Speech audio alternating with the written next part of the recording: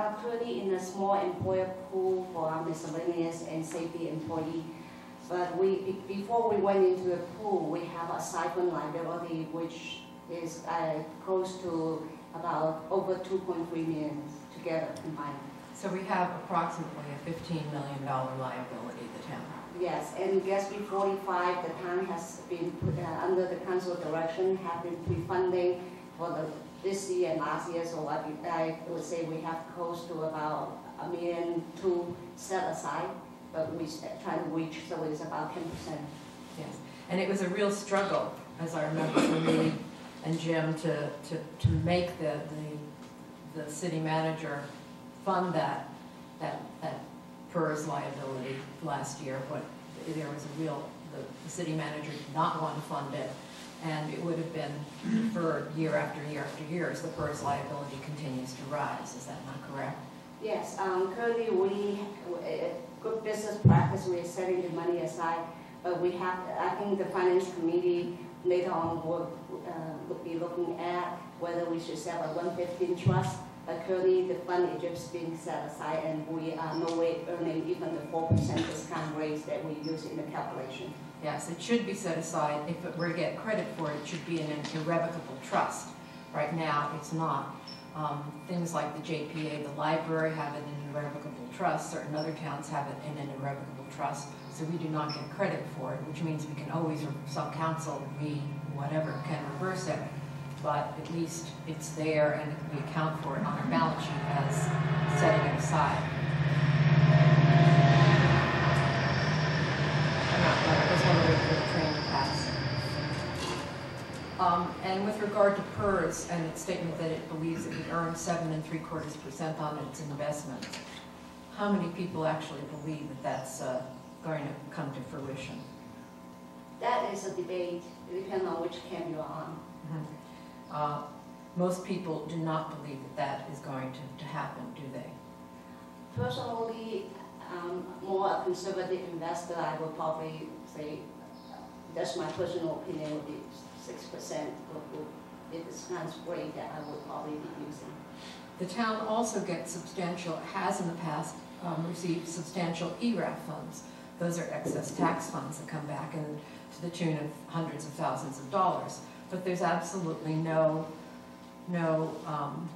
way that we can be assured that we're going to receive those excess funds from year to year, and so that's not something that we can rely upon. Is that not correct? That is absolutely true, because ERAF technically is considered a one-time revenue, but the towns have always relied on that income to balance our general fund, and it ranges from, since I've been here, from $500,000 to $730,000.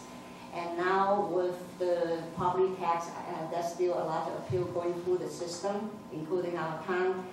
So that ERAF is always difficult to predict until the county have a chance to calculate based on school and college enrollment counts before they can tell us how much we get. And my last, well, two questions. The town presently pays not only the employee, not only the employer's share for PERS, but it pays the employee's share for PERS. Is that not true? Yes, the town pays for all bargaining group and management confidential employee, the 7% employee contribution. And finally, if an employee comes to work for the town for a single day, we pay not only the employee's medical benefits, but the employee's family benefits for life. Is that not true, even after retirement? So since with this year's MOU for management confidential and things, that we have a second tier, but for APOA we still, Councilmember McKeegan, what you just said is hold true for APOA.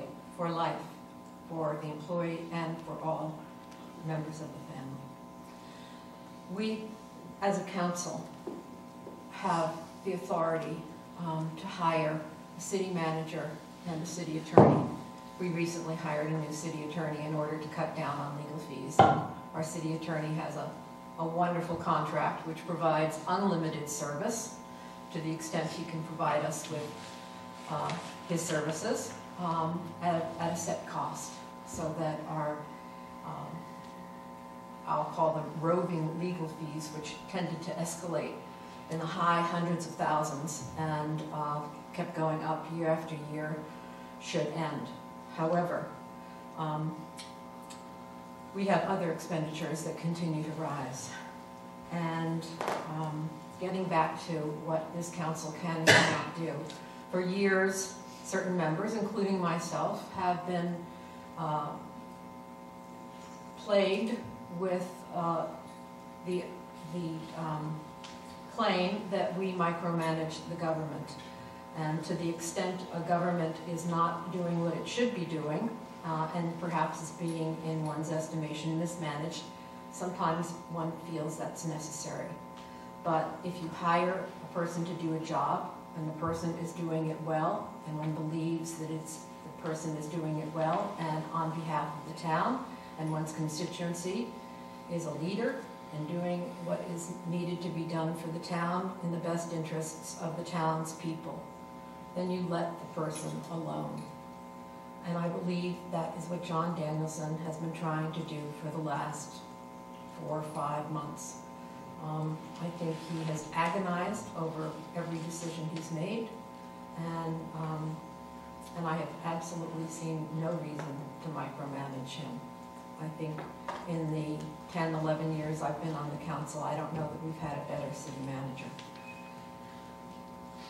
Having said that, I don't know precisely what John anticipates doing, but it is in his hands, and he has my full support for whatever it is he intends to do, because I know he cares about this town, whether he is interim or not.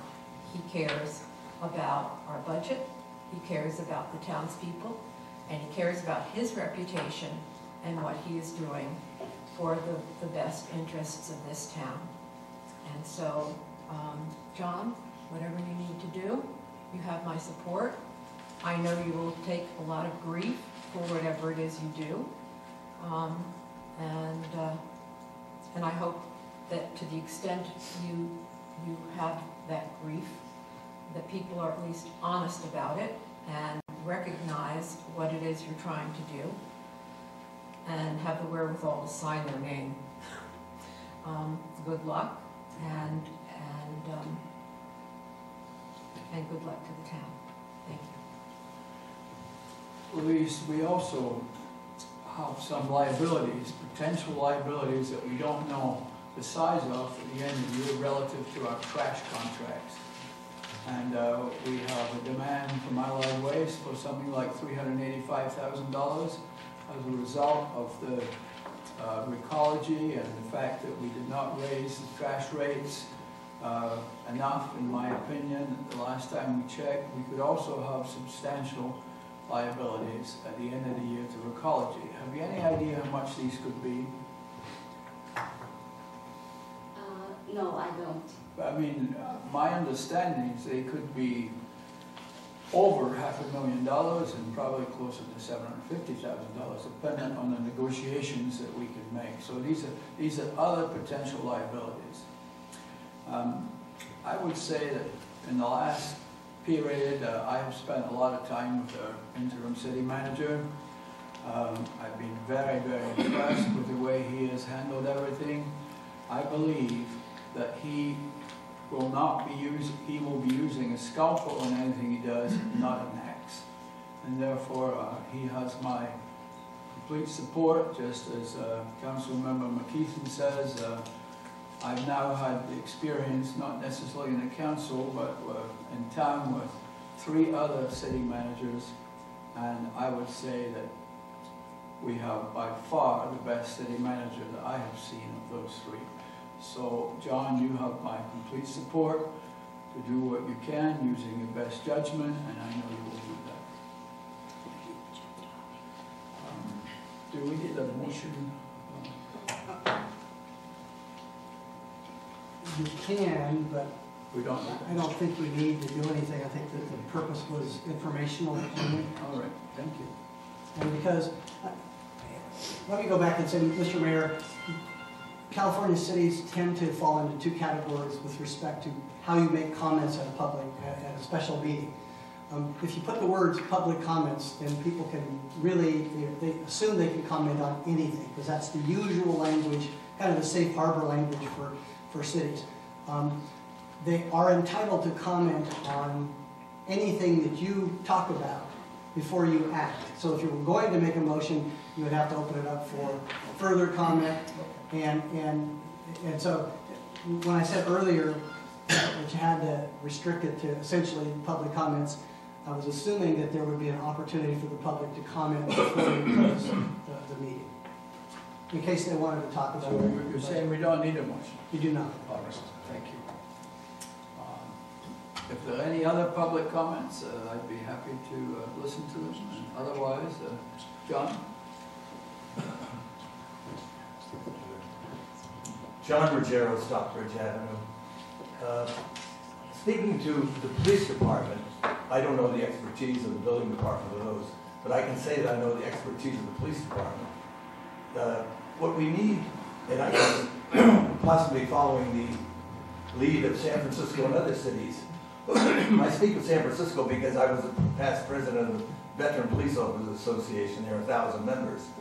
Yesterday, the chief of police, Craig Seward, who worked for me, by the way, a few years ago, has shown what could be done in reducing salaries and so on. First of all, notwithstanding the contract they have for raises and so on, he has demoted 3 assistant chiefs and saved the city somewhere $150,000 there. He refuses to take his raise coming up at $20,000. They're not hiring, and, so they won't have to lay off, such as San Jose. My wife and I, our younger son is a police officer in the Richmond District in San Francisco. And the Richmond District is made up of possibly 220,000 citizens. Friday, there were 2 officers working in the Richmond District. Atherton is 7,000 people. We have 2 officers working. They handle that in San Francisco. Not only is it 200,000 population, it's a crime rate there that Atherton had never seen in 100 years. But they have contracts like our officers have contracts. I don't say in cutting the officers out, but they can take a little tightening of the belt as they're doing in other cities. San Jose is in a position where they have to lay people off. But San Francisco, as you will see, they won't have to lay people off. They're not going to hire any. But it's like everything else. You're at your home and your own budget if you take a cut. In fact, in July 1st, the officers were on their contract were supposed to get over 2% raise, and they disregarded that. And that also affects all the way down from the officers to 2,200 retired officers whose pensions depend on the raise the officers get. So there's a lot of tightening can be done financially without ever thinking of doing away with the police or lowering the amount of officers. Any other comments from the public? If not, oh, go ahead.